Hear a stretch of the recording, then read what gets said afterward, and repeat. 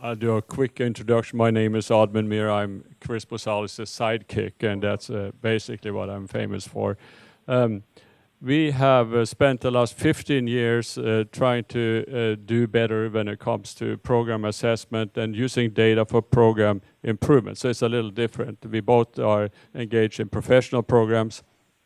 And today, in our very short presentation, we are going to talk about how we try to solve the two problems.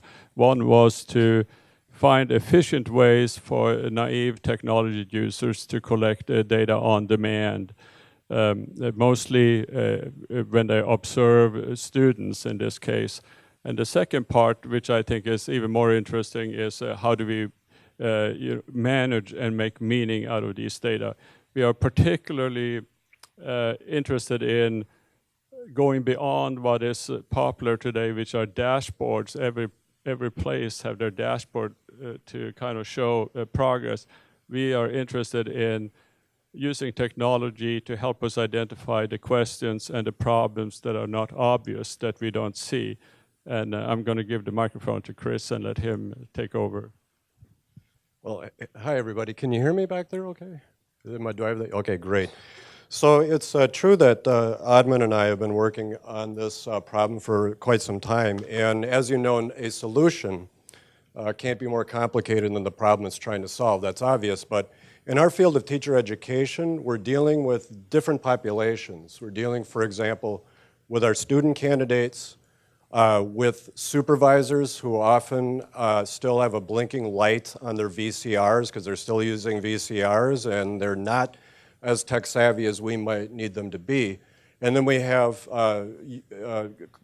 principals and others who are observing these teachers. We need a solution that's simple. So we're using Qualtrics because it's available to us.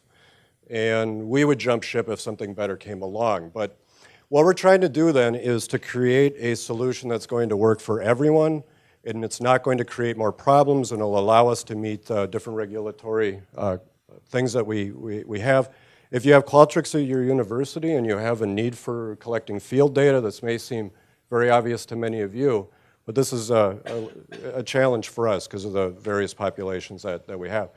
So what we've done is essentially taken rubrics that we have, figured out how to implement them into Qualtrics so that it will do a few things that we really need. It has to work offline because when people go into schools, those schools are often locked down with their wireless and everything else, making it very complicated. We also have to make sure that we have data that's collected in one place. And these things are probably issues you've already worked out. And maybe they're no longer issues for you, but they are for us. These are very challenging things. How do you get one app to work for everybody, keep all the data secure and everything else? So this is what we're doing. It looks a little bit like a promotional video for Qualtrics. It isn't. But it will be maybe part of the training materials that we use when we fully launch this endeavor in 2018. But it's a simple download. It works offline. You pick your role. You can pipe that in if you need. You can mark your observation number, track dates, times, the nature of the assessment, and all the other things. Now, if you notice on here, you'll see that it looks very simple to many of you. But again, for us, it's complicated. We are supposed to be taking like observable measures at predetermined times, being able to prove to accreditors that we're actually doing it, and to do it under any conditions. And that, maybe for you, again, that's easy. Not so easy for us. So we are also looking at, I'll just zip through this a little quickly, about how we can capture various measures on what the state tells us we have to do. And so they dictate what we have to do in terms of observing students and our student teachers.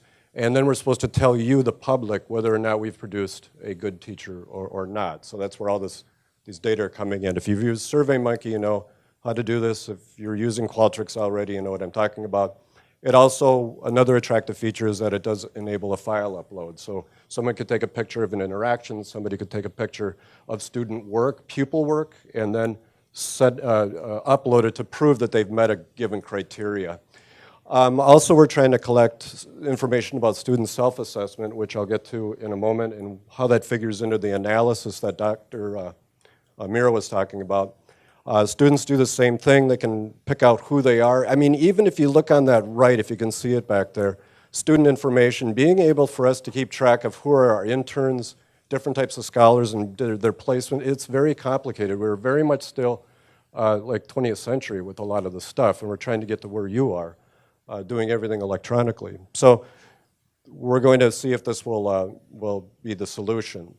We also have to do things like document our supervisor training, document the number of hours, for example, that they're spending, and even produce little certificates and things like that. The state imagines it, and then they demand it of us, and then what happens is we got to figure out how to do it, and this is one of those examples. The installation is really easy. That's another thing that's really attractive. You generate a token, you put it into the app, and then you're really off and running. The results that are reported, you've all done work of this nature, so you can aggregate, disaggregate, get some simple plots out of it, and so forth. You can add in as many factors as you want, and then also take a look, for example, at how students are performing on particular aspects. But again, that's not all the whole story. And really what we're trying to do is tell a story of whether or not we're producing students who are going to become good teachers, administrators, et cetera. So what we've been working on now is trying to learn from all these direct and indirect measures. So if you look here, a direct measure might be that student's observation that they did in a classroom and they're rated on it for whatever criteria. Then we ask students to maybe self-reflect on their ability to do something like teach students with special needs or what have you. And then we have another measure that is here, and I guess oh, there we go, I made it work. This is maybe the measure that would be from the supervising teacher, and we get a bunch of different values. If you just imagine that this is like a 4-point scale, you'll see, for example, maybe different ratings. And so maybe this indicates a novice, a beginner, or what have you. But it isn't telling us much about program improvement or where we help our students. For example, this would show you, for example, that most of the students, if we're looking maybe at their ability on a direct measure during student teaching and their self-perception, they all think they're great. That's wonderful. Everybody agrees.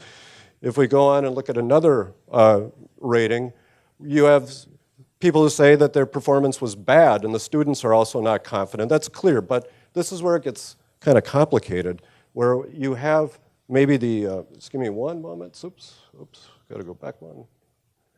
You'll edit that out, right? Oh, good, thanks. I doubt they will.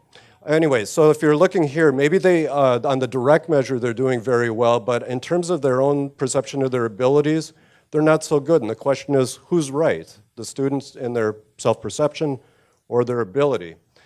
If we look here, for example, this is really an interesting case where maybe they're doing very poorly on the direct measure of their teaching, but they think they're great and wonderful. Well, who's telling the truth, I guess, is the question.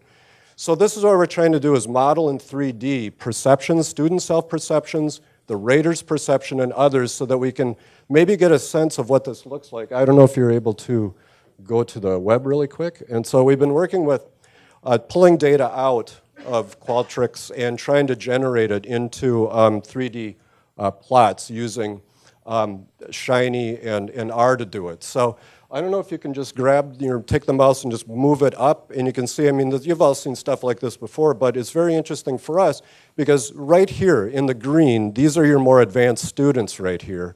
And over here in the black, these are your beginners. That's easy to see. I mean, you know that if you've ever had to do anything by judging or separating. Easy to see the very weak from the very strong, or the ones who need a lot of help from those who don't.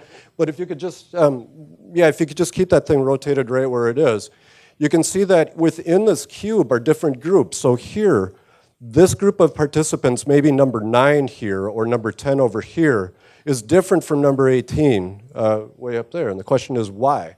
Well, in one sense, and one reason is because maybe the student thinks very highly of themselves, the university supervisor feels the same way, but the cooperating teacher is rating them low. Or worse, you've got maybe the students rating him or herself low, and then you've got the supervisor rating him or low, and then you've got and then maybe you've got a cooperating teacher who's rating him high. There may be a problem with calibration. There's a problem of observation. There are so many things that we can begin to talk about, because this is really where the key is in here for us, is what kind of discussions can we have with students? What kind of discussions can we have with our faculty?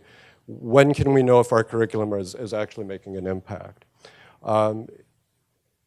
Let's see if there's anything else here. I'm looking at the time manager, and he's not chasing me off yet. All right, if you can go back to the PowerPoint, that would be great. So that is what we're looking at, and I've already explained this. We're also trying to think about how we're going to scale this stuff up to the university level to measure different types of measures or other things that we need to do. I think I'm getting a little beyond the scope, and I want to save time for some questions. And this is what we would be looking at in terms of our plots, for example. What's the difference between student self-perception, for example, and their performance? What are the trends? And those are the sorts of things that we would be looking at. The benefits, it's all there. Very easy to customize rubric surveys and anything else. There's role and context-based questions, offline and online modes, a natural workflow, et cetera. And we'll find out what the big problems are when we actually implement it in the spring. Admin, was there anything else? Okay, great. I don't know if there's time for questions or anyone has any.